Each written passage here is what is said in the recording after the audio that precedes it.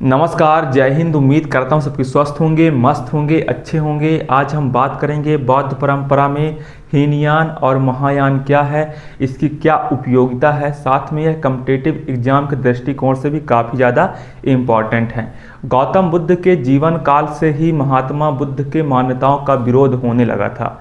साथ में आप लोग जानते हैं जो गौतम बुद्ध के बड़े भाई देवदत्त थे वह बुद्ध के हमेशा ही विरोधी थे। जब गौतम बुद्ध की मृत्यु हो जाती है तो देवदत्त, आप लोग सोच सकते हैं, सुभद्र नामक भिक्षु के साथ हर्ष मनाता है, खुशी मनाता है कि अब हम स्वतंत्र हो गए हैं। साथ में आप लोग ये भी जानते हैं कि प्रथम बौद्ध संगीत में पूरण और गवमपति नामक भिक्षुओं ने संगीत में भाग लेने से मना कर दिया था। फिर इसके बाद द्वितीय बौद्ध संगीत में थेरवाद और महासांघिक संप्रदायों में विभक्त हो गया और फिर बाद में थेरवाद 11 और महासांघिक 9 संप्रदायों में विभक्त हो गया। और इसके बाद हम बात करें हीनयान और महायान, यह काफ़ी ज़्यादा इम्पॉर्टेंट है।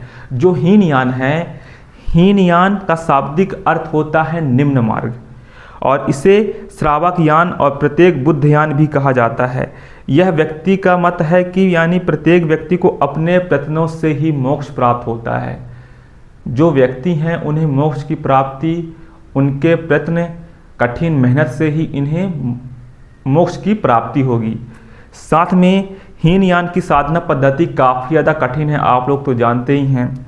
साथ में हीनयान का आदर्श है पूज्य पद प्राप्त करना होता है, जिसमें व्यक्ति अपनी साधना से निर्वाण प्राप्त करते हैं और उन्हें अरहत कहा जाता है, और निर्वाण के बाद पुनर्जन्म नहीं होता और बुद्धत्व की प्राप्ति के अतिरिक्त किसी को कुछ नहीं हो सकता।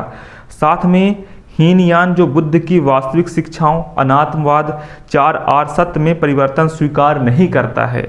साथ में यह रूढ़िवादी मत है।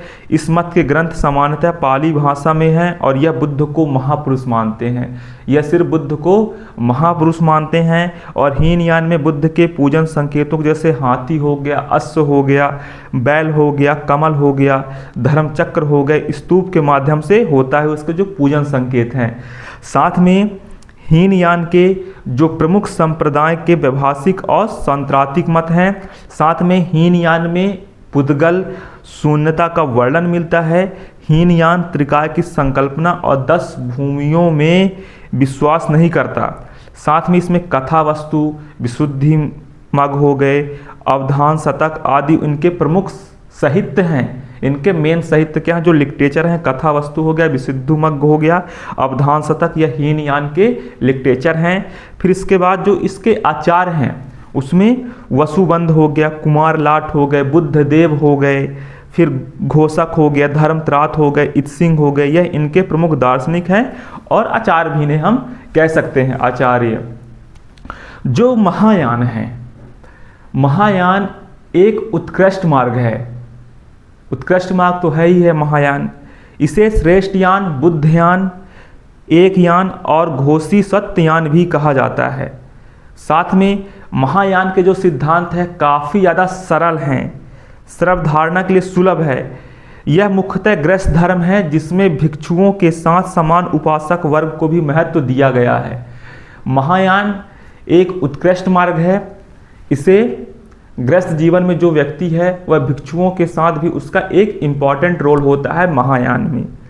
फिर इसके बाद जो महायान का आदर्श बोधिसत्व है, जो मोक्ष प्राप्ति के बाद भी दूसरे प्राणियों की मुक्ति का निरंतर प्रयास करता है। महायान सोचता है कि हमें मोक्ष मिल गया है तो दूसरों को भी मोक्ष मिलनी चाहिए।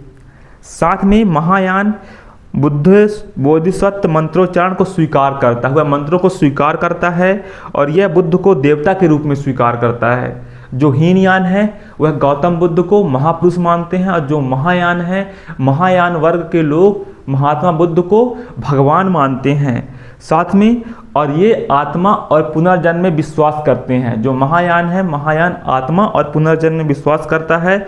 और इस मत के जो जितने भी ग्रंथ हैं वह सब संस्कृत भाषा में उपलब्ध हैं। साथ में आप लोग ये जानते हैं महायान मूर्ति पूजा, भक्ति और तीर्थों में विश्वास करता है। जो महायान है वह मूर्ति पूजा और भक्तों में विश्वास करता है और तीर्थों में विश्वास करता है। और बुद्ध प्रथम मानव थे जिनकी मूर्ति पूजा की गई थी, यह कुषाण शासकों के समय में हुई थी। साथ में महायान के जो संप्रदाय हैं आपके बदायनी, पूर्वशैल संप्रदाय, शून्यवाद और विज्ञानवाद है। महायान में पुद्गल शून्यता व धर्म शून्यता का वर्णन मिलता है।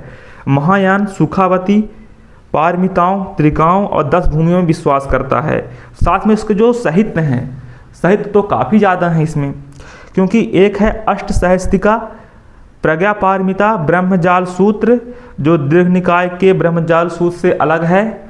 साथ में ललित विस्तार, व्रज छेदिका प्रमुख साहित्य हैं। साथ में नागार्जुन हो गया, असंग हो गया, वसुबंधु हो गए, मैत्रेय हो गए, दिन्नाग हो गए, हेनसांग हो गए, यह इनके प्रमुख दार्शनिक हैं। तो हीनयान महायान की उपयोगिता एग्जाम के दृष्टिकोण से भी इम्पॉर्टेंट है।